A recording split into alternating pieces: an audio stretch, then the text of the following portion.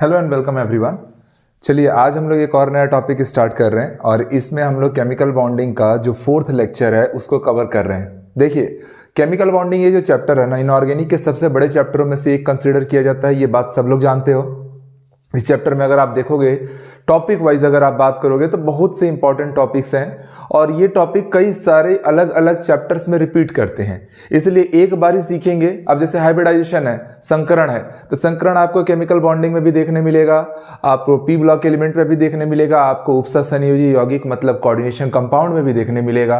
तो ये सारी चीजें आप वहां पर रिपीट कर पाएंगे। ऐसे ही केमिकल बॉन्डिंग में बहुत से ऐसे कॉन्सेप्ट हैं जो काफी ज्यादा वैल्यूएबल, काफी ज्यादा इंपॉर्टेंट होते हैं। लाइक मैंने हाइब्रिडाइजेशन बोला, आपका valence shell electron pair repulsion theory है, वीबीटी थ्योरी है, एमओटी थ्योरी है, मॉलिक्यूलर ऑर्बिटल थ्योरी, जिसको आणविक कक्षक आरेख भी बोलते हैं या सिद्धांत बोलते हैं, और ये सारी चीजें रिपीट करती हैं। फजान्स रूल्स है ना। तो इतने सारे इंपॉर्टेंट टॉपिक है और आप लोग को लग रहा होगा कि सर हम केमिकल बॉन्डिंग के 4th लेक्चर में आ गए और अभी तक हम स्ट्रक्चर ट्रेसिंग ही क्यों सीख रहे हैं। तो प्यारे साथियों आप समझिए, मैं बार बार बोल रहा हूं, स्ट्रक्चर अगर किसी स्टूडेंट को ट्रेस करने आता है तो उसको बहुत सी बातें आती हैं।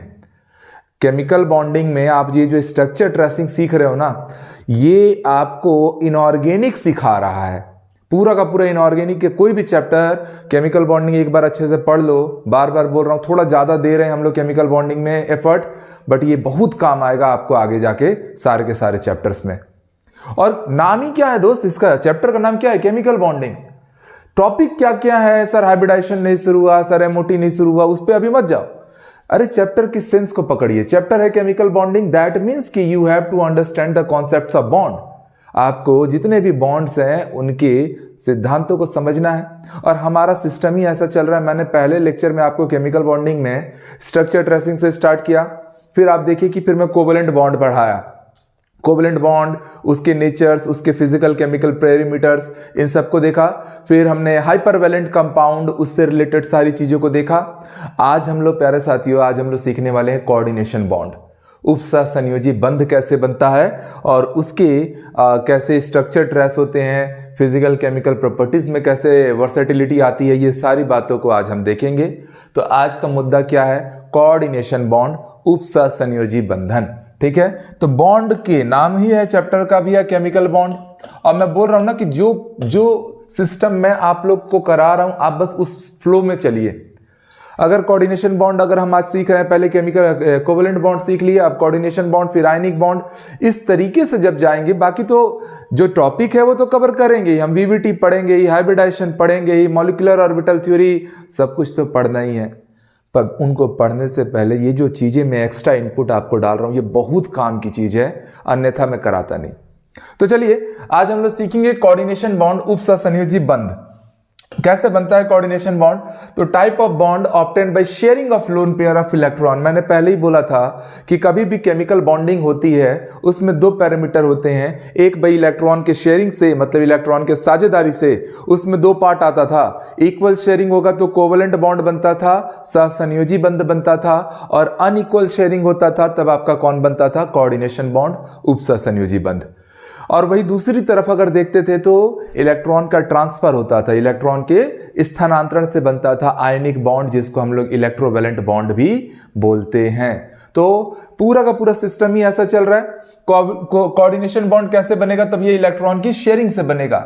बहुत अच्छे से समझना, क्योंकि यहां पर बहुत से इंपॉर्टेंट कॉन्सेप्ट छुपे हुए हैं, आपका इंतजार कर रहे हैं, एक्सेप्शन केस हैं, और ये बन जाएंगे सवाल।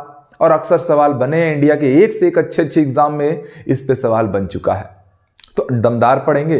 अब मेरा मोटिव यही रहता है ना कि एक बार अगर अपन थ्योरी कवर किए ना, इसके बाद आप कोई भी किताब उठाओ, कोई भी किताब उठाओ, आपसे सवाल लगने चाहिए। ठीक है, बाकी तो आप लोग को अभी तक भरोसा भी हो चला होगा।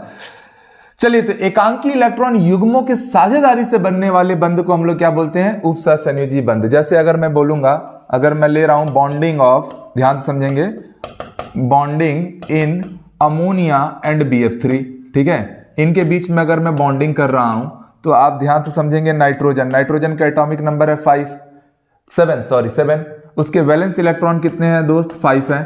तो 5 तो होंगे, एक लोन पेयर बच जाएगा, बाकी एक एक इलेक्ट्रॉन जो है हाइड्रोजन के एक एक इलेक्ट्रॉन से शेयर करके यहाँ पर 3 कोवेलेंट बॉन्ड बना रखा है। वहीं पर बोरॉन को देखोगे, बोरॉन का एटॉमिक नंबर कितना है दोस्त, तो भैया इसका 5 होता है। वैलेंसी कितनी आएगी 3, जो कि एक एक इलेक्ट्रॉन फ्लोरीन से जुड़ जुड़ के एक एक बॉन्ड बना चुका है ना। तो अब ध्यान समझिए, यहां पर ये जो नाइट्रोजन है इसके पास कितने इलेक्ट्रॉन है, तो सर 8 इलेक्ट्रॉन्स है। क्यों? क्योंकि 3 बॉन्ड के 6 इलेक्ट्रॉन और एक लोन पेयर, टोटल 8 इलेक्ट्रॉन तो हो गए। इसका ऑक्टेट तो कंप्लीट है।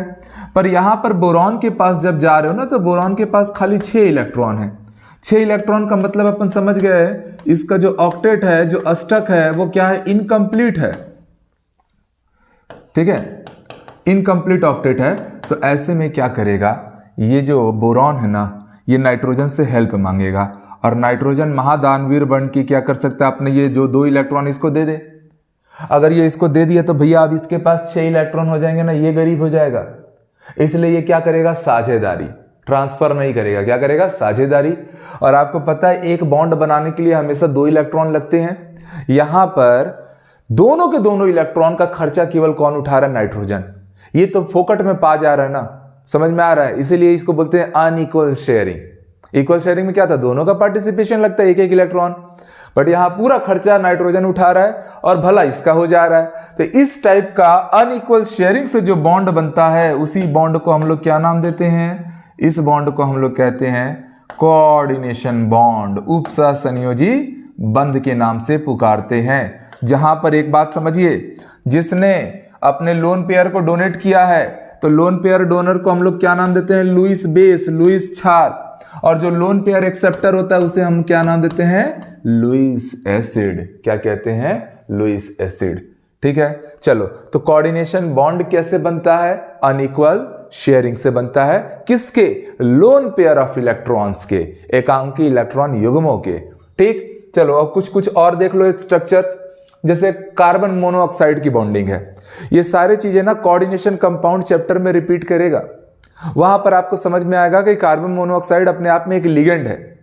अब लिगेंड क्या होते हैं, तो ये जो लोन पेयर डोनर हो, जैसे यहां पर आप समझिए, यहां पर लिगेंड कौन बन गया, अमोनिया एक लिगेंड बन गया, क्योंकि लोन पेयर डोनेट कर सकता है। तो लिगेंड, ये जो वर्ड आएगा ना कोऑर्डिनेशन कंपाउंड में, जिसके ऊपर पूरा चैप्टर आधारित है, वो आपको वहां पर बहुत आसान हो जाएगा अगर आप यहां पर चीजें अंडरस्टैंड करते चलोगे। चलो वीडियो को रोक लो और कार्बन मोनोऑक्साइड के बीच की बॉन्डिंग करो। ठीक है, कर लिए। अब हम लोग ट्राई करते हैं। देखो कार्बन का एटॉमिक नंबर कितना है भैया, तो आप सबको पता है सर 6 है, तो ये 2,4 में टूटता है। और वहीं जब ऑक्सीजन की बात करोगे तो भैया इसका एटॉमिक नंबर 8 है, तो 2,6 से जुड़ता है।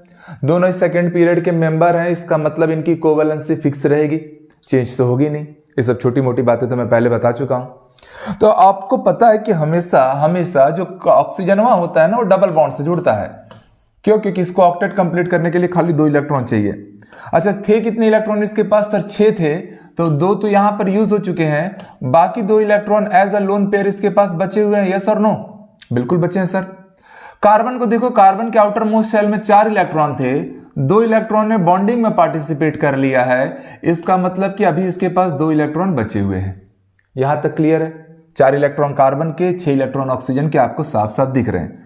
अब प्यारे साथियों समझना बात को कि भैया अब ऐसे कंडीशन में क्या हुआ कि ये जो कार्बन है ना, इसके पास टोटल इलेक्ट्रॉन काउंट करो तो कितने हैं सर, 1 2 3 4, क्योंकि ये जो बॉन्डिंग है ना, ये दोनों के बीच में शेयरिंग हुई है। तो इस बॉन्डिंग के इलेक्ट्रॉन जो है ना, ये इसके लिए भी गिने जाएंगे, इसके लिए भी गिने जाएंगे। तो 4 यहां से और 2 यहां से, अभी कार्बन के पास केवल 6 इलेक्ट्रॉन है। और वहीं ऑक्सीजन को देखो तो 4 5 6 7 8, इसके पास 8 इलेक्ट्रॉन है। क्या है? 8 इलेक्ट्रॉन। तो ऑक्सीजन का ऑक्टेट तो कंप्लीट है, बट ये जो कार्बनवा है ना, ये बेचारा अभी गरीब है, इसको चाहिए इलेक्ट्रॉन। तो ये क्या करेगा, ये कुछ इस प्रकार से इंट्रामॉलिक्यूलर बॉन्डिंग होने वाली है, अंदर ही अंदर काम हो जाएगा इन लोग का। तो यहां पर है लोन पेयर, ऑक्सीजन क्या करेगा, अपना लोन पेयर इसको शेयर मारेगा। ठीक है, क्या करेगा, शेयर कर देगा। शेयर इसलिए जरूरी है, ट्रांसफर नहीं कर सकता, ट्रांसफर कर देगा तो अब इसके पास कम हो जाएगा। शेयर का मतलब होता है मालिकाना हक अभी दोनों का है। जैसे 2 लोग मिलकर कंपनी चला रहे हैं, शेयर में 50-50%, तो कंपनी का मालिक दोनों है भाई, तो शेयर करेगा। तो शेयर करने से लोन पेयर शेयरिंग हो रहा है दोस्तों। तो आप समझ गए कि यहां पर जो बॉन्ड बनेगा, पहले से 2 डबल बॉन्ड तो था ही, ठीक है। अब ध्यान समझना, ऑक्सीजन ने क्या किया, अपने लोन पेयर कार्बन को शेयर किया है। कार्बन पे पहले से एक लोन पेयर था और अब ऑक्सीजन के पास केवल एक लोन पेयर बच जाएगा। अब ध्यान से अगर देखोगे तो कार्बन के पास भी अब कितने इलेक्ट्रॉन है सर, 8 इलेक्ट्रॉन। वहीं ऑक्सीजन के पास भी अब कितने इलेक्ट्रॉन है सर, 8 इलेक्ट्रॉन। तो इस तरीके से इसका ऑक्टेट क्या हुआ, कंप्लीट हुआ। कई बार इसी स्ट्रक्चर को आप प्यारे साथियों चाहो तो कुछ इस तरीके से भी लिख सकते हो। ध्यान समझना, डबल बॉन्ड तो पहले से था ही था, वेरी गुड। एक लोन पेयर तो इसका बचा ही है, एक लोन पेयर कार्बन के पास भी बचा ही है। जब भी ये बॉन्ड दिया जाता है लोन पेयर, सॉरी, जब कोऑर्डिनेशन बॉन्ड आता है, तो कोऑर्डिनेशन बॉन्ड जब भी आता है आप हमेशा याद रखेंगे, जो डोनर एटम है जिसने इलेक्ट्रॉन दिया है, तो ऑब्वियस सी बात है उस पर कौन सा चार्ज आ जाएगा सर, प्लस चार्ज। और जिसने इलेक्ट्रॉन एक्सेप्ट कर लिया उस पर क्या चार्ज आ जाएगा, माइनस चार्ज। क्या चार्ज आएगा, माइनस चार्ज। तो इस तरीके से कार्बन मोनोऑक्साइड का ये बना एक्चुअल स्ट्रक्चर और ये बना न्यूट्रल में एक्चुअल स्ट्रक्चर जिसमें कोऑर्डिनेशन बॉन्ड इंक्लूडेड है। समझ में आ रहा है बात? डोनर क्या है पॉजिटिव, एक्सेप्टर क्या हो रहा है नेगेटिव। इस तरीके से पूरा का पूरा कार्बन मोनोऑक्साइड का स्ट्रक्चर बनता है। और यहां पर दोनों ही कार्बन भी डोनेट कर सकता है लोन पेयर और ऑक्सीजन भी कर सकता है, ठीक है। वो सब कोऑर्डिनेशन कंपाउंड में पढ़ना। बात आ रही है ओजोन की। ओजोन आप सब लोगों को पता है बहुत बड़ी विश्व की घटना है कि हमारे वायुमंडल में जो ओजोन लेयर है वो डिप्लीट कर रहा है, अभी ये टूट रहा है। और वो किस में टूटता है, ऑक्सीजन मॉलिक्यूल और नेसेट ऑक्सीजन, मतलब नवजात ऑक्सीजन परमाणु में। सबने ये बात बचपन से पढ़ी होगी ना भैया इन्वायरमेंट में, है ना जी। मतलब कि ओजोन को जब बनाना भी है ना, तब क्या होता है, ऑक्सीजन अणु नवजात ऑक्सीजन नेसेट ऑक्सीजन से क्या करता है, रिएक्ट करता है और ओजोन बनता है। तो हम वही काम करेंगे, हम करेंगे ऑक्सीजन भी। ये रहा हमारा ऑक्सीजन। O2 का मॉलिक्यूलर स्ट्रक्चर कुछ इसी तरीके से दिखेगा ना, ठीक है। जिसमें इसके पास ऑक्सीजन के पास कितने इलेक्ट्रॉन होते हैं सर, 6। 2 बॉन्डिंग में पार्टिसिपेट किए, 2 लोन पेयर बच गए। Is that clear everyone? Similarly इसके अभी देखो 2 बॉन्डिंग में पार्टिसिपेट किए हैं और 2 लोन पेयर के तौर पे 4 इलेक्ट्रॉन और बचे हैं, टोटल 6 इलेक्ट्रॉन हो रहे हैं। अगला हमारा कौन आ रहा है, हमारा एक और ऑक्सीजन एटम यहां पर आ रहा है। समझना बात को, इसके पास कितने इलेक्ट्रॉन है सर, 6 इलेक्ट्रॉन है। कितने इलेक्ट्रॉन है सर, 6। तो आप सभी ये बात समझ पा रहे हो कि ऑक्टेट कंप्लीट करने के लिए अभी इसके पास 2 इलेक्ट्रॉन कम है, 2 इलेक्ट्रॉन कम है। तो यहां पर यही होगा कि भैया ये वाला जो ऑक्सीजन है ना, ये अपना एक लोन पेयर उठा के इसको क्या करेगा, शेयर मार देगा। शेयर क्यों मारना है, ट्रांसफर क्यों नहीं करना है, समझ में आ रहा है? ट्रांसफर अगर किया तो मालिकाना हक कम हो जाएगा, ये गरीब हो जाएगा। तो कुल मिला जुला के अगर देखा जाए तो ओजोन का एक्चुअल स्ट्रक्चर कुछ कैसा बना, तो आप यहां पर समझ पा रहे हैं, यहां पर आपका कोऑर्डिनेशन बॉन्ड आ जाता है। Is that clear everyone? क्या आ जाता है, कोऑर्डिनेशन बॉन्ड आ जाता है। जहां पर तो ये तो है ही हमारा 3 लोन पेयर थे इसके, यहां माइनस चार्ज आ जाएगा और इस पे क्या चार्ज आ जाएगा, प्लस चार्ज आ जाएगा। यहां भी 1 मिनट बॉन्ड बना लो, ओके। क्योंकि एक कोऑर्डिनेशन बॉन्ड हमेशा याद रखना 2 डबल बॉन्ड की तरह ही बिहेव करेगा। एक कोऑर्डिनेशन बॉन्ड 2 डबल बॉन्ड की तरह ही बिहेव करेगा। चलो कोई बात नहीं है, सिंपल सा रूल है, कोई सिस्टम में दिक्कत वाली बात तो है नहीं, ठीक। बना ही लिए रहो भाई, ओके।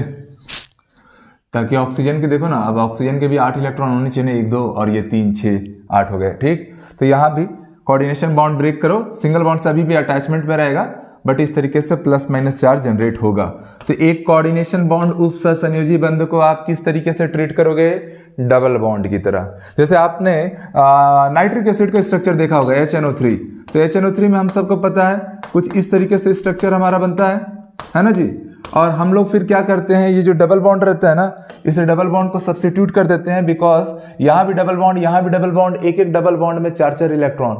तो इलेक्ट्रॉन का ना वहां पर घनत्व तो बढ़ जा रहा है, इसलिए रिपल्शन बढ़ जाएगा। इसलिए हम लोग क्या करते हैं, वहां डबल बॉन्ड ना लिख के वहां पर क्या लिख देते हैं, कोऑर्डिनेशन बॉन्ड। तो इस तरीके से बन जाता है नाइट्रिक एसिड। तो बस मैं वही समझाने की कोशिश कर रहा था कि एक डबल बॉन्ड को आप लोग एक कोऑर्डिनेशन बॉन्ड को आप लोग एक डबल बॉन्ड की तरह सोच सकते हो। क्या कर सकते हो, सोच सकते हो। Is that clear everyone? चलो नेक्स्ट और देख लेते हैं। अब देखो, हमने कोऑर्डिनेशन बॉन्ड क्या है, कैसे बनता है, ये सारी बातें तो जान ली। अब बहुत इंपॉर्टेंट हम लोग टॉपिक पढ़ने जा रहे हैं, that is bonding in hypovalent compound. अभी हमने कोवेलेंट बॉन्ड पढ़ा था, सहसंयोजी बंध पढ़ा था, तो हमने बॉन्डिंग ऑफ हाइपरवेलेंट कंपाउंड तो जरूर पढ़ लिया था, है ना। अभी हाइपोवेलेंट कंपाउंड की बारी है। अब हाइपोवेलेंट कंपाउंड में एक से एक स्टैंडर्ड केस है ना, अच्छे अच्छे सवाल है, और ये अच्छे अच्छे एग्जाम में पूछता है। टफ पेपर बनाएगा तो इसको गिराएगा। ठीक, तो चलिए देखिएगा पहला मैं ले रहा हूं एग्जाम्पल के थ्रू हम लोग इसको समझेंगे ना। ठीक है, हाइपोवेलेंट कंपाउंड में मैं ले रहा हूं बॉन्डिंग इन AlCl3। चलो बहुत प्यार से समझना, बॉन्डिंग इन AlCl3। आप सबको पता है भैया एल्यूमिनियम एटॉमिक नंबर कितना है, 13 है, तो 2 8 3। तो एल्यूमिनियम के बाह्यतम कोश में तो 3 ही इलेक्ट्रॉन है जो एक एक क्लोरीन के साथ ऐसे ऐसे जुड़ गए होंगे, मान लो जुड़ गए होंगे। तो इस तरीके से AlCl3 बना तो होगा, पर भैया इस बार एल्यूमिनियम के पास केवल कितने इलेक्ट्रॉन दिख रहे हैं? एक बॉन्ड में 2 इलेक्ट्रॉन है और 3 ही बॉन्ड है, हमारे पास टोटल 6 इलेक्ट्रॉन है। मतलब इसके पास अष्टक से क्या है, कम इलेक्ट्रॉन है। और ऐसे कंपाउंड जिनमें ऑक्टेट से कम इलेक्ट्रॉन होते हैं उन कंपाउंड को हम लोग हाइपोवेलेंट अल्प संयोजी यौगिक के नाम से जानते हैं। तो अब अपने को AlCl3 का अगर स्ट्रक्चर बनाना ना दोस्तों, तो क्या करना पड़ेगा, पहले तो इसके 2 मोल लो। अगर मैं 2 मोल AlCl3 लिया तो ये कुछ Al2Cl6 की तरह दिख सकता है, बिल्कुल दिख सकता है। तो ध्यान देंगे, एक Al आप यहां ले लीजिए, एक Al आप यहां ले लीजिए, क्योंकि आपके पास AlCl3 के 2 मॉलिक्यूल्स लिए बोला गया है, हाँ जी। अब उसके बाद होगा क्या, तो ये देखो ये Cl से ऐसे बॉन्डिंग हो गई, सिंपल है। यहां भी एक Cl लगा हुआ है। अच्छा ये Cl है तो भैया हेलोजन है, तो उसके पास तो 7 इलेक्ट्रॉन होते हैं, जिसमें से एक ने बॉन्डिंग में पार्टिसिपेट कर लिया है, बाकी के 3 लोन पेयर की तरह 6 इलेक्ट्रॉन बचे हुए हैं। ऐसे ही यहां पर समझिए, यहां भी जो AlCl3 है इसके भी Cl को कुछ इस तरीके से लिखिए, बाकी के 2 Cl ऐसा है जी। और यहां भी आप सब समझ पा रहे हैं कि यहां पर आपके सारे के सारे क्लोरीन के पास लोन पेयर रखे पड़े हैं। वो तो खैर कॉमन सेंस की बात है ना। हेलोजन में 7 इलेक्ट्रॉन होते हैं, 3 लोन पेयर के तौर पे बचे हुए हैं, और बाकी ने एक बॉन्ड पेयर में हिस्सेदारी कर ली। ठीक है, अब मैं इतना सब में नहीं बनाऊंगा, ठीक है, बस अभी समझाने बस के लिए बता दे रहा हूं। अब होगा क्या, होगा ये कि भैया ये वाला जो हमारा एल्यूमिनियम है, इसके पास कतई इलेक्ट्रॉन, कितने इलेक्ट्रॉन है सर, 6 इलेक्ट्रॉन है। ओके, इसके पास भी कितने इलेक्ट्रॉन है सर, 6 इलेक्ट्रॉन है। अब इसको कोऑर्डिनेशन बॉन्ड मत मान लेना ना, मैं बस ऐसे दिखाने बस के लिए बता रहा हूं। 6 इलेक्ट्रॉन है दोनों के पास, दोनों को 2 इलेक्ट्रॉन चाहिए ताकि अपना अष्टक पूरा कंप्लीट कर पाए। तो ये लोग क्या करेंगे, ये लोग ना आपस में एक दूसरे से मदद ले लेंगे, और मदद लेते ही क्या होगा कि भैया यहां पर जो ये वाला क्लोरीन है ना, इसके पास ये वाला जो लोन पेयर है, ठीक है, ये लोन पेयर इसको क्या किया जाएगा, डोनेट कर दिया जाएगा, डोनेट नहीं शेयर कर दिया जाएगा। सिमिलरली इसके पास ये वाला जो लोन पेयर है ना, ये इसके पास आ जाएगा। आ रहा बात समझ में, क्लियर हो रहा है नहीं हो रहा है? तो अब आप देख पा रहे हो, क्या देख पा रहे हो कि सर यहां पर ये वाला लोन पेयर क्या हुआ है, शेयर हुआ है। शेयर हुआ है मतलब दोनों के बीच में रहेगा। सिमिलरली यहाँ पे ये वाला जो लोन पेयर है वो शेयर हो चुका है, तो भैया ये दोनों के लिए अब काउंट होगा। और इस तरीके से अब जो हमारा एल्यूमिनियम है उसके पास कितने इलेक्ट्रॉन होंगे सर, 8 इलेक्ट्रॉन होंगे। कितने होंगे, 8 इलेक्ट्रॉन होंगे। और ये जो स्ट्रक्चर जनरेट हो रहा है, ये स्ट्रक्चर में 2 अलग अलग कंपोजिशन पार्टिसिपेट कर रहे हैं, इसलिए जो AlCl3 रहता है, कैसा कंपाउंड बनाया, तो सर कोऑर्डिनेशन तो बनाया ही बनाया, उप सहसंयोजी बॉन्ड तो बनाया ही बनाया, सबको दिख रहा है। साथ में ये डाइमेरिक स्ट्रक्चर बनाया, क्या बनाया, डाइमर। तो याद रखेंगे, इस पे सवाल पूछ चुका है आप लोग के नीट और दुनिया भर के अलग अलग एग्जाम में। आपसे दे देगा कि which of the following compound having dimer structure, किसके पास डाइमर संरचना पाई जाती है। तो यही है ना डाइमर, ये इधर गया ये इधर गया, तो ये लोग क्या बना दिए, 2 मिल गए तो डाइमर स्ट्रक्चर बन गया है। तो AlCl3 में हमारा क्या होता है, डाइमर स्ट्रक्चर जनरेट होता है। एक स्पेशल केस है ये। अच्छा, इसमें एक और बात भैया ध्यान से समझेंगे, इस बार कितने उसने पार्टिसिपेट किया है, तो आप साफ साफ देख पा रहे हैं कि सर यहां पर 1 2 3 सेंटर है हमारे पास, और उस 3 सेंटर में कितने इलेक्ट्रॉन्स का शेयरिंग वेयरिंग हो रहा है, तो सर 2। तो 3 सेंटर 2 इलेक्ट्रॉन का भी एक पेयर बनता है। हालांकि वो इस कंपाउंड में आप लोग को उतना डिटेल में नहीं लेना है, आगे मैं आप लोग को सिखाता हूं तो वहां पर आप लोग ध्यान से समझ पाएंगे। जैसे मैं एक और एग्जांपल ले लिया ध्यान से, ओ 3 सेंटर 2 इलेक्ट्रॉन, अभी दिमाग से डिलीट करो। चलो अभी मैं धीरे से लाऊंगा, वो आगे का पॉइंट है, कोई दिक्कत नहीं है। हम अगला एक क्वेश्चन ले रहे हैं, क्या ले रहे हैं, दैट इज बॉन्डिंग इन, ऐसा कुछ है, मतलब यहां पर हेलोजन की जगह पे आप लोग फ्लोरीन, क्लोरीन, ब्रोमीन कुछ भी ले सकते हो। ओके अच्छा, एक लास्ट क्लास में मिस्टेक हुआ था, XeOF4 वाला जो मैंने आप लोग को स्ट्रक्चर दिया था ना, उसको थोड़ा करेक्शन कर लेना। उसमें क्या था, 5 सिग्मा बॉन्ड था और एक लोन पेयर आ रहा था। तो ये लोन पेयर जब भी आता है आपको पता है स्ट्रक्चर जो होता है डिस्टॉर्ट हो जाता है, विकृत हो जाता है। तो ऐसे में क्या होता है कि उसका जो ज्योमेट्री आया था, हाइब्रिडाइजेशन तो sp3d2 आया था, वो तो बिल्कुल सही था, बट ज्योमेट्री में मैंने गलती से ऑक्टाहेड्रल लिखवा दिया था। Octahedral 6 sigma bond 0 lone pair से आता है।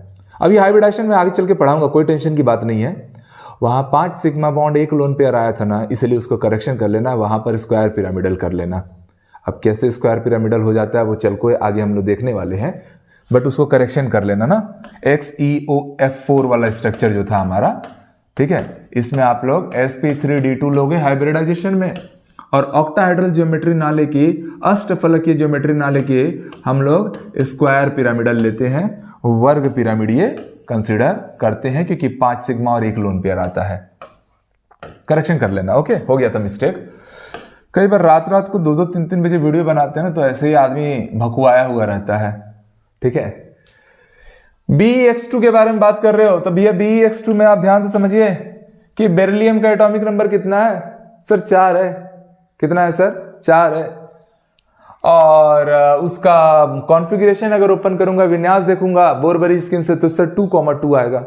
मतलब बेरिलियम अंतिम कोश में केवल 2 इलेक्ट्रॉन रखा है, इसलिए उसके पास केवल 2 ही इलेक्ट्रॉन बॉन्डिंग में पार्टिसिपेट करेंगे और कुछ इस तरीके से ये स्ट्रक्चर बना पाएगा, 2 ही बॉन्ड बना पाएगा। अब इन 2 बॉन्ड में भी ध्यान से समझना, इन 2 बॉन्डों में प्यारे साथियों, यहां पर हमारे पास क्या है, BeX2 है जी। तो चलो मैं कुछ इस तरीके से करता हूं, मैंने 2 हेलोजन एटम ऐसे जोड़ दिए। ओके, मैंने 2 हेलोजन एटम जोड़ दिए। हेलोजन के ऊपर क्या होता है, तो सबको पता है हेलोजन के ऊपर तो 3 लोन पेयर होता है, क्योंकि कोई भी हेलोजन एटम अगर आप लेते हो, फ्लोरीन, क्लोरीन, ब्रोमीन, आयोडीन, तो उनके पास 7 इलेक्ट्रॉन होते हैं बाह्यतम कोश में। ठीक, तो एक ने बॉन्डिंग में पार्टिसिपेट कर लिया, बाकी के देखो 1, 2, 3, 4, 5, 6 तो हैं, टोटल मिला के 7 हो रहे हैं ना इसके। अरे 1, 2, 3, 4, 5, 6 और 1 7, और वो इसके साथ बॉन्ड बनाया है, कोई दिक्कत नहीं है। आगे चल के देखो, आगे चल के क्या होगा कि भैया यहां पर फिर से एक मैंने बेरिलियम ले लिया, और ये फिर से इसने ऐसा अपना 2 हेलोजन के साथ बॉन्डिंग किया हुआ है, जिनके ऊपर लोन पेयर बैठे पड़े हैं। Is that clear everyone? समझ में आ रही बातें? फिर से क्या होगा, फिर से हम आगे चल के एक और बेरिलियम एटम ले लेते हैं। ओके, इनके ऊपर भी क्या है, 2 हेलोजन एटम 2 ही बॉन्ड बना सकता था बेरिलियम, तो इसने 2 बॉन्ड बनाए हैं, और इनके ऊपर भी क्या बैठा हुआ है, लोन पेयर ऑफ इलेक्ट्रॉन्स। अब ध्यान से समझो होगा क्या। बेरिलियम को अपना ऑक्टेट कंप्लीट करने के लिए कितने इलेक्ट्रॉन चाहिए, तो आप देखोगे सर किसी एक बेरिलियम को देख लो, ठीक है, या चलो मैं एक ना यहां पर एक और बना देता हूं, खूब बढ़िया दिखने वाला है अब तो। ठीक, अब मजा आ जाएगा। ओके, होगा क्या, कहानी में क्या ट्विस्ट है, समझने की और पकड़ने की कोशिश करना कि जो भैया जी जो बेरिलियम हुआ है ना, इसके पास अभी फिलहाल कितने इलेक्ट्रॉन है। तो भैया देख रहे हो कि बेरिलियम 2 बॉन्ड से जुड़ा हुआ है, कोई भी बेरिलियम देख लो 2 बॉन्ड बनाए ना, हर जगह 2 बॉन्ड बनाए। 2 बॉन्ड मतलब इसके पास कितने इलेक्ट्रॉन है सर? 4 इलेक्ट्रॉन है। कितने इलेक्ट्रॉन है? 4 इलेक्ट्रॉन है। अष्टक कंप्लीट करने के लिए कितने इलेक्ट्रॉन चाहिए रहते सर? 8। तो क्या करेगा, इसके जो हेलोजन एटम है ना, ये हेलोजन एटम जो है थे, उनके पास जो लोन पेयर था, ये लोग यहां पर बॉन्ड शेयर करेंगे। ठीक है, अपना लोन पेयर क्या कर देंगे, शेयर कर देंगे। तो ये इस ऐसे गया, ये वाला भी ऐसे गया। सिमिलरली यहां भी वही हो रहा है, ये लोन पेयर यहां आया, इसका लोन पेयर यहां गया। क्लियर हो रही बात है? सिमिलरली ये वाला भी अपना लोन पेयर यहां देगा, ये वाला अपना लोन पेयर यहां देगा। हर बेरिलियम के पास पहले 4 इलेक्ट्रॉन होते थे, 2 लोन पेयर आ रहे हैं, 2 लोन पेयर आ रहे हैं। इसका मतलब आप समझ पा रहे हो, इसका मतलब आप समझ पा रहे हो कि सर 4 इलेक्ट्रॉन आ रहे हैं।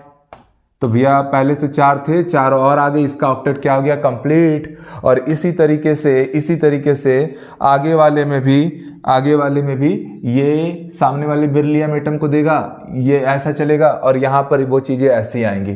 तो ये क्या बन रहा है, एक चैन बन रहा है। क्या बन रहा है, एक पूरी तरह से जनरेटेड चैन बन रहा है। इसीलिए आप यहां पर समझ पा रहे हो कि BeX2 में कोऑर्डिनेशन बॉन्ड उपसहसंयोजी बंध तो बन ही रहा है, बिल्कुल बन रहा है सर, कोऑर्डिनेशन बॉन्ड उपसहसंयोजी बंध तो बन रहा है, बट इस बार डायमेरिक स्ट्रक्चर नहीं आया। ये आगे ऐसे ही चलते रहेगा। तो ऐसे स्ट्रक्चर्स को हम लोग क्या बोलते हैं, पॉलीमेरिक स्ट्रक्चर। क्या नाम देते हैं, पॉलीमेरिक स्ट्रक्चर। समझ में आ रहा है, क्या बनाया भैया, पॉलीमेरिक स्ट्रक्चर बनाया। और ये ऐसे ही चलते रहेगा। देखो फिर ये आगे, फिर ये मैं दिखा देता हूं भाई। अब आगे क्या होगा, आगे कोई सीन नहीं है। इस बेरिलियम को हम लोग यहां से इलेक्ट्रॉन पाता हुआ देखेंगे। मतलब कुल मिला के अगर देखा जाए तो ये कड़ी और आगे चल के यहां पर जाके मिलेगी। इसलिए इसको कई बार ना साइक्लिक स्ट्रक्चर भी बोलते हैं। क्या बोलते हैं, साइक्लिक स्ट्रक्चर के नाम से भी जानते हैं। पॉलीमर बन रहा है या साइक्लिक स्ट्रक्चर बन रहा है। तो this is again a very important concept. बहुत सारे एग्जाम्स में ये ऑलरेडी पूछा जा चुका है। ठीक है, अब चलो ध्यान से समझना। यहां पर क्या हो रहा है, 2 एटम और 1 एटम, टोटल कितने सेंटर आ रहे हैं सर, 3 सेंटर। 3 सेंटर के बीच में कितने इलेक्ट्रॉन का एक्सचेंज हो रहा है सर, 4 इलेक्ट्रॉन्स का। तो 3 सेंटर 4 इलेक्ट्रॉन टाइप का यहां पर पेयर जनरेट होते रहता है। ठीक है, 3 एटम लगे ना, आपस में बॉन्डिंग में कितने लग रहे हैं, अरे हरे वाले बॉन्ड को देखो ना, 2-3 एटम लग रहे हैं, तो 3 सेंटर बोलेंगे। एटम परमाणु मतलब सेंटर। कितने इलेक्ट्रॉन का एक्सचेंज हो रहा है सर, 4 इलेक्ट्रॉन का, एक लोन पेयर यहां का और एक लोन पेयर यहां का, टोटल 4 इलेक्ट्रॉन। तो 3 सेंटर 4 इलेक्ट्रॉन के बहुत सारे पेयर जनरेट होते हैं। किसमें, BeX2 वाले स्ट्रक्चर में। अब इसके बाद जो स्ट्रक्चर है, this is very very important structure. कई बार इंडिया के अलग अलग एग्जामिनेशन स्पेस पे बैक टू बैक क्वेश्चंस पूछे गए हैं।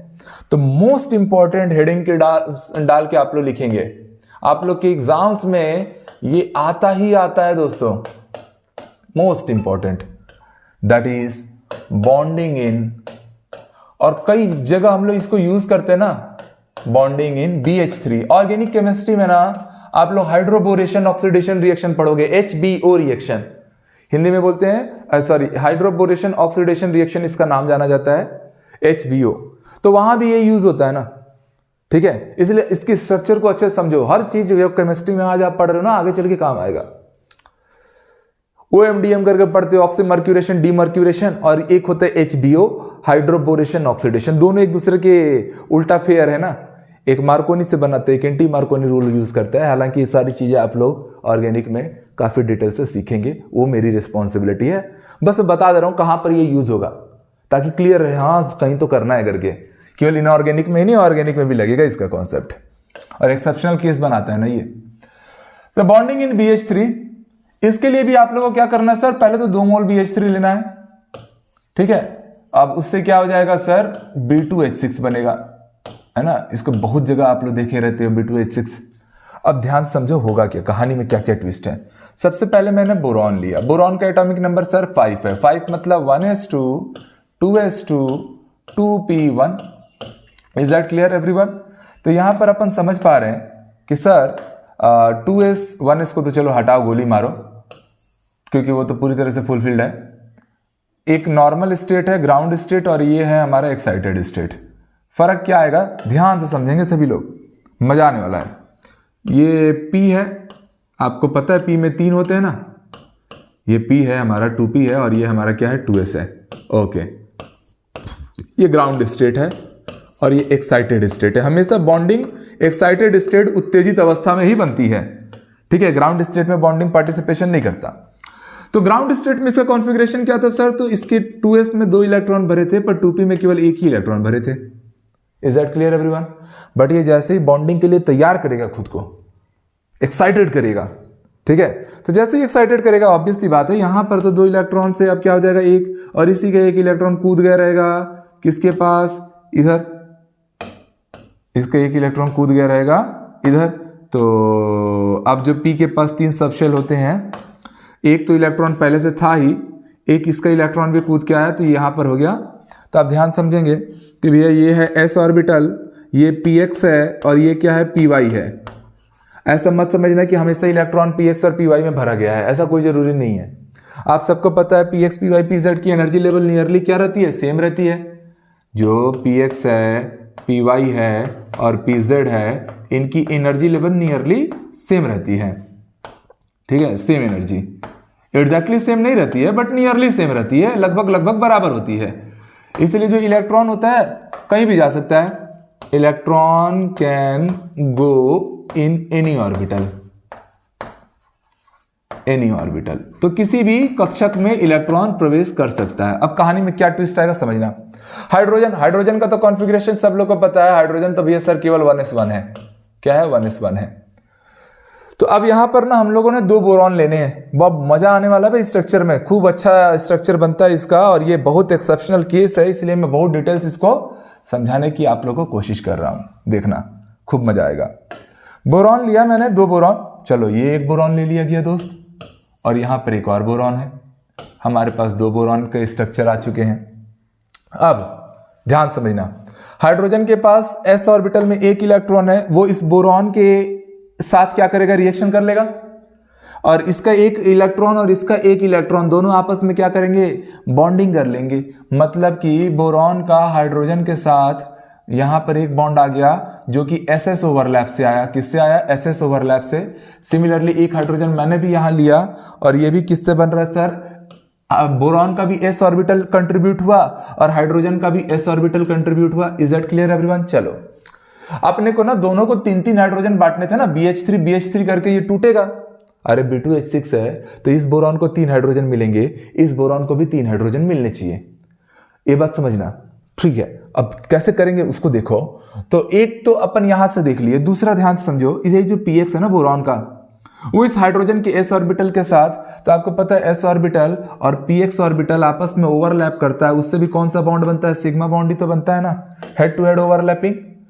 बीबीटी में ये समझने वाले हैं, अगला लेक्चर में बीबीटी ही लाऊंगा भाई, ताकि आप लोगों को ये चीजें क्लियर होते जाएं। आप तो अब मैं समझ गया कि यहां पर जो दूसरा वाला हाइड्रोजन आ रहा है ना, हाइड्रोजन की ओर से तो s ऑर्बिटल था, पर बोरॉन की ओर से px आया था। बोरॉन का px और हाइड्रोजन का s मिला के सिग्मा बॉन्ड बन गया। सिमिलरली इधर भी अपने को वही करना है, क्या करना पड़ेगा, हाइड्रोजन की ओर से क्या था सर, s था, पर बोरॉन की ओर से क्या था सर, px था। तो बोरॉन के साइड px लिखा हूं और हाइड्रोजन के साइड s लिखा हूं, बन गया सिग्मा बॉन्ड।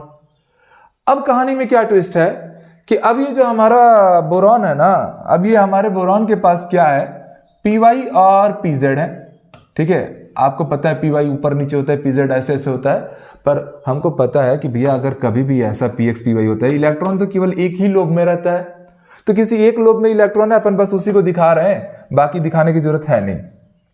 तो अब कहानी क्या है कि ये मान लो मेरा py है और ये मेरा pz है। सिमिलरली यहां भी कुछ इसी प्रकार से ये मेरा py हो जाएगा और ये मेरा pz होगा। सुनना बात को, this is my py and that is my pz। अगर पहले वाले बोरॉन के py में इलेक्ट्रॉन फंसा हुआ है, क्या है, पहले वाले बोरॉन के py में इलेक्ट्रॉन फंसा है तो pz खाली है, तो दूसरे वाले के py में इलेक्ट्रॉन खाली रहेगा, pz में भरे रहेगा। यही बात आपको क्लियर रखनी है, इसलिए मैंने यहां पर ये लाइन आप लोग को लिखवा कर दे दी थी कि जो इलेक्ट्रॉन है ये px py pz किसी में भी जा सकता है। तो इस तरीके से हो गया। अब ध्यान समझेंगे, मुद्दा कौन है, अभी मुद्दा है हाइड्रोजन। हाइड्रोजन आप सबको पता है s ऑर्बिटल हमेशा कैसा होता है भैया, गोलाकार। कैसा होता है, गोलाकार। तो यहां से हमारा हाइड्रोजनवा आएगा, ये रहा हाइड्रोजन है जी, इसके पास है एक इलेक्ट्रॉन। सिमिलरली यहां भी है एक हाइड्रोजन जिसके पास है एक इलेक्ट्रॉन। अब ये तीनों के तीनों आपस में एक दूसरे से मर्जिंग करेंगे, ये तीनों के तीनों आपस में एक दूसरे से क्या करेंगे दोस्तों, मर्जिंग करेंगे। और कंपाउंड अब कुछ इस तरीके से खूबसूरत सा दिखने वाला है हम लोग को, ध्यान देना, अब मजा आएगा। ये तीनों, क्योंकि देखो एक बॉन्ड बनाने के लिए कितने इलेक्ट्रॉन यूज होते हैं सर, 2। एक इसके पास है, एक इसके पास है, 0 इसके पास है, तो 1 + 1 + 0 मिला के तो 2 ही होता है, तो ऊपर एक बॉन्ड बन जाएगा। सिमिलरली नीचे भी देखोगे तो 0 इसके पास है, 1 इसके पास है, 1 इसके पास है, तो टोटल कितना हो गया सर? 0 + 1 2 इलेक्ट्रॉन। तो बॉन्ड तो बनने वाला है। तो बॉन्ड जब बनने वाला है तो यहां पर कुछ इस तरीके से आप लोग का फाइनली कॉन्फ़िगरेशन जनरेट होगा। ठीक है कि भैया ये बोरॉन यहां का, यहां पर भी है एक बोरॉन, 2 बोरॉन हो गए। हाँ जी, अब बाकी तो हाइड्रोजन हाइड्रोजन ही तो बबुआ टाइप ऐसे पहले से लटके हुए थे। किस किस टाइप की बॉन्डिंग हुई वो तो मैंने आप लोग को क्लियर कर ही दिया है। अब यहां पे क्या हुआ था, यहां से आया था बोरॉन का ये वाला लोब, ठीक, और बीच में कौन था? हमारा हाइड्रोजनवा था। ठीक, ध्यान से थोड़ा सुंदर बनाने की कोशिश करता हूं। इधर से इसका कौन सा था? इसका व्हाइट लोब था ना, इसलिए मैंने कलर बार बार चेंज किया था। ठीक, इसकी ओर से ये था और इन दोनों के बीच में कौन था? हाइड्रोजन था। ठीक, हाइड्रोजन। तो इस तरीके से मिला जुला के क्या हुआ था? हमारा 2 इलेक्ट्रॉन यहां पर फंसे थे और 2 इलेक्ट्रॉन से क्या हो जाता है? एक बॉन्ड बन जाता है। सिमिलरली वही नीचे से भी आओ, इसके कारण ये येलो लोब था। ओके, और यहां से हमारा व्हाइट वाला इसका आया था। ठीक है, और जो ऑरेंज कलर का है ये हाइड्रोजन का आया था। ओके, तो इस तरीके से ये ऊपर से और ये नीचे से इंटरलॉक हो गया। जब इंटरलॉक हुआ तो इनके बीच में ऊपर भी 2 इलेक्ट्रॉन आ गया, नीचे भी 2 इलेक्ट्रॉन आया, और इसी स्ट्रक्चर को आप ध्यान से देख पाओगे तो अब आप कुछ इस तरीके से लिखते हो कि ये एक बोरॉन हो गया, यहां भी एक बोरॉन हो गया। ओके, ध्यान से, यहां पर एक हाइड्रोजन जुड़ा हुआ है, यहां भी एक हाइड्रोजन जुड़ा हुआ है, यहां भी एक हाइड्रोजन जुड़ा हुआ है, यहां भी एक हाइड्रोजन जुड़ा हुआ है। बाकी बीच में क्या हो रहा है? बीच में ना ये बनाना टाइप का दिख रहा है, बीच में देख रहे हो अच्छे से, केले के टाइप का दिख रहा है। ऊपर नीचे क्या है? थोड़ा सा पतला है और बीच में मोटा सा है। तो इस तरीके से यहां पर बनता है आप लोग का बनाना बॉन्ड। कौन सा बॉन्ड बनता है? बनाना बॉन्ड। ठीक है, ये बना हमारा बनाना बॉन्ड, जिसमें यहां पर एक लोन पेयर है। समझ में आ रहा है? 2 इलेक्ट्रॉन का सेटल है और ऊपर कौन जुड़ा है? Hydrogen hydrogen. Is that clear everyone? तो इसी बॉन्ड को हम लोग किस नाम से जानते हैं? This is termed as banana bond. तो B2H6 जो स्ट्रक्चर होता है वो बनाना बॉन्ड बनाता है। अब ध्यान से यहां पर जो सवाल पूछा जाता है आप लोगों से कि बनाना बॉन्ड B2H6 में 2 सेंटर 2 इलेक्ट्रॉन वाले कितने पेयर हैं, और एक पूछा जाता है 3 सेंटर 2 इलेक्ट्रॉन वाले कितने पेयर हैं। तो आप यहां से रिप्लाई क्या करोगे? सर 2 सेंटर 2 इलेक्ट्रॉन मतलब यही है, ये देखो एक सेंटर है और इनके बीच में कितने इलेक्ट्रॉन एग्जिस्ट कर रहे हैं? सर 2 इलेक्ट्रॉन, है ना। ये SS से बना था, ये SPX से बना था, सिमिलरली ये भी PX और S से बना था, ये SS ओवरलैप से बना था। क्लियर हो रहा है? बाकी ये आपको पता है ये वाला कौन से ओवरलैपिंग से बना है? तो हाइड्रोजन का S और बोरॉन का PY। सिमिलरली ये वाला किससे बना है? तो हाइड्रोजन के S और बोरॉन के PZ से। ये सारा ओवरलैपिंग का मैंने पूरा सेंस भी लिख दिया, जो कि मैंने यहां पर आप लोगों को करा रखा था। कहना क्या चाहता हूं मैं, बनाना बॉन्ड बन तो गया, इसमें 2 सेंटर 2 इलेक्ट्रॉन वाले कितने पेयर आ रहे हैं सर? तो ये है 2 सेंटर और इनके बीच में तो आ रहा है 2 इलेक्ट्रॉन। ऐसा 1 पेयर, 2 पेयर, 3 पेयर, 4 पेयर। कितने पेयर आ रहे हैं? 4 पेयर। पूछ चुका है ना, AIEEE, IIT mains, IIT NEET, सारे दुनिया भर के एग्जाम में पूछ चुका है। 3 सेंटर 2 इलेक्ट्रॉन के कितने पेयर आ रहे हैं? 3 सेंटर मतलब कि देखो ये 1 2 3, ये है 3 सेंटर, 1 2 3, 3 सेंटर हो गया। और कितने इलेक्ट्रॉन एग्जिस्ट कर रहे हैं दोनों के बीच में? 3 सेंटर के बीच में कितने इलेक्ट्रॉन है सर? 2। तो 3 सेंटर 2 इलेक्ट्रॉन के कितने पेयर बने हैं? तो ऊपर एक बना है, नीचे एक बना है, 2 पेयर। तो वेरी इंपॉर्टेंट कॉन्सेप्ट है ये, याद रखना। B2H6 में पूछता है सवाल 3C2E के कितने पेयर है सर? तो 2 पेयर है। 2C2E के कितने पेयर है सर? 4 पेयर है। This is a very very important compound B2H6, जिसमें कौन सा बॉन्ड बनता है? बनाना बॉन्ड। कौन सा बॉन्ड? बनाना बॉन्ड। एक्सेप्शनल केस है, अपवाद है, तो बार बार इस पे सवाल आता है। और कई बार तो अगर आप लोग क्लास 11th में रहे होंगे तो ये आपके वो 11th के पेपर में आ रहा होता है ना। चलिए, मुझे लगता है आप सबको समझ में आया। एक एक चीज मैंने बताया कि किस तरीके से कहां कौन कौन कैसे बॉन्डिंग करेगा। सुंदर सा डायग्राम भी बनाए हैं, अब जैसा भी है, सुंदर दिखे ना दिखे अब देख लेना।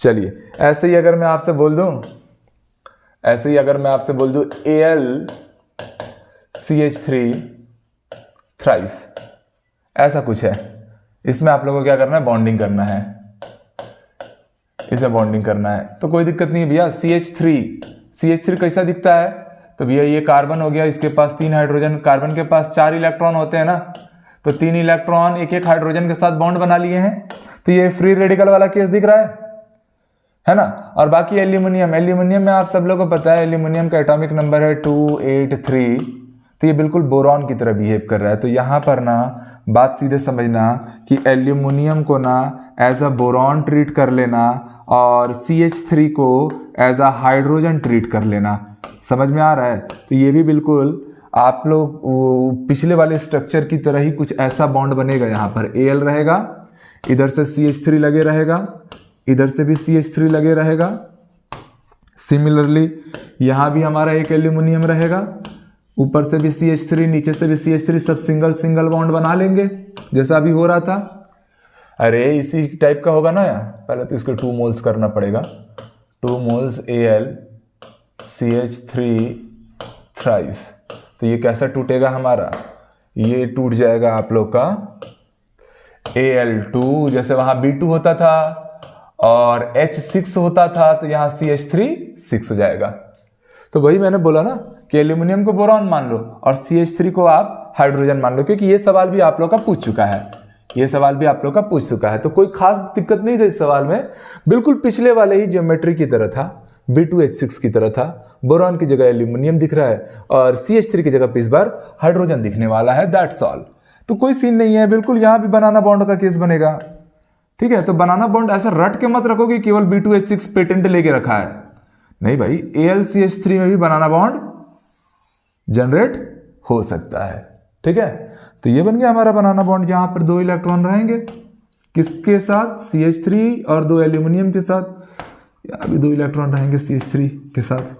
मतलब फिर से अगर मैं बात करूंगा यहाँ पर 2 सेंटर 2 इलेक्ट्रॉन के कितने पेयर आ गए, तो सर साफ दिख रहे हो, 1 2 3 4, टोटल 4 पेयर। और 3 सेंटर 2 इलेक्ट्रॉन्स के कितने पेयर आएंगे सर, तो वो है हमारे 2 पेयर। ये जो बॉन्ड बना है, this bond is also termed as banana bond. इस बॉन्ड को आप क्या नाम देते हैं, दिस इज बनाना बॉन्ड, ठीक है। तो जो हाइपोवेलेंट कंपाउंड है उनमें जो स्ट्रक्चर्स को आज हमने डील किया, होप सो ये पूरी बातें अब आप लोग को बहुत अच्छे से समझ में आ गई कि कोऑर्डिनेशन बॉन्ड कैसे बनता है। फिर कुछ कोऑर्डिनेशन बॉन्ड से रिलेटेड हमने स्ट्रक्चर्स देखे, देन आफ्टर फिर हमने हाइपोवेलेंट कंपाउंड कैसे करते हैं काम, उनको समझा, ठीक है। बड़े अच्छे अच्छे मैंने आपको एग्जांपल्स कराए हैं जो कि एग्जाम पॉइंट ऑफ व्यू से बहुत ज़्यादा इंपॉर्टेंट होते हैं। तो होप सो यहाँ तक की चीज़ें आप लोग अच्छे से कवर करके रखेंगे, है ना जी। और नेक्स्ट क्लास में हम लोग इसके आगे का टॉपिक पढ़ेंगे, सीधे हम लोग पढ़ने जाएंगे वैलेंस बॉन्ड थ्योरी हाइब्रिडाइजेशन के कॉन्सेप्ट को। उसके बाद फजान्स रूल्स को मैं पढ़ा दूंगा। हालांकि पहले फजान्स रूल्स पढ़ लिया जाता है, पर क्या हो रहा है ना, जगह जगह पे मैं हाइब्रिडाइजेशन का केस ला रहा हूँ, आपको समझ नहीं आ पा रहा होगा, या बहुत सारे लोग जो भूल गए होंगे कि यार sp3d2 में 5 सिग्मा 1 लोन पेयर पे स्क्वायर पिरामिडल कैसे हो गया। तो अब वो फजान वजान में भी अगर वो चीज़ें इंटरेक्ट करेंगी तो दिक्कत होगा, इसलिए पहले हाइब्रिडाइजेशन में आपका कवर करवा ही देता हूँ। मिलते हैं प्यारे साथियों नेक्स्ट लेक्चर में। अभी तक हम केमिकल बॉन्डिंग पढ़ रहे हैं और केमिकल बॉन्डिंग में पूरे बॉन्डिंग के नेचर्स को जान रहे हैं। ये सब आए हुए सवाल हैं, ऐसा मत समझो कि गुरुजी अपने मन से तोतेबाजी कर रहे हैं, नहीं भाई, सब मैं लिखा हूँ ना, टैग लगा दिया हूँ, IITs में आया है। B2H6 तो आप जाके ढूंढो, नीट में, मेंस में, IITs में, या आपके स्टेट जो भी एग्जाम्स हैं, कितने बार, दशकों बार पूछा गया है। पूरा कॉन्फ़िगरेशन कैसे काम करता है वो सब कुछ मैंने आपको सिखाया, एक एक बॉन्ड कैसे कैसे इसके साथ हाइड्रोजन के S आके PX बना लिया, बन गया सिग्मा बॉन्ड, इस तरीके से सब कुछ आपको बताया गया है। तो हमने अभी तक कोवेलेंट बॉन्ड सीखा, हाइपरवेलेंट कंपाउंड में स्ट्रक्चर सीखा, कोऑर्डिनेशन बॉन्ड भी सीखा, उपसंयोजी बॉन्ड, और हाइपोवेलेंट कंपाउंड में भी हमने स्ट्रक्चर सीखा। जितने एग्जाम्पल मैंने आपको कराए हैं ये सारे एग्जाम्पल ऑलरेडी कहीं ना कहीं पूछे हुए एग्जाम्पल हैं। तो होप सो आज की क्लास के लिए इतना ही रखते हैं। नेक्स्ट क्लास में नया इनिशिएटिव करेंगे, स्ट्रक्चर ट्रेसिंग कैसे अपने आप को एडजस्ट करती है, ये बात मुझे लगता है अब आप अच्छे से समझ गए होंगे। तो तैयारी में लगे रहिए। All the very best.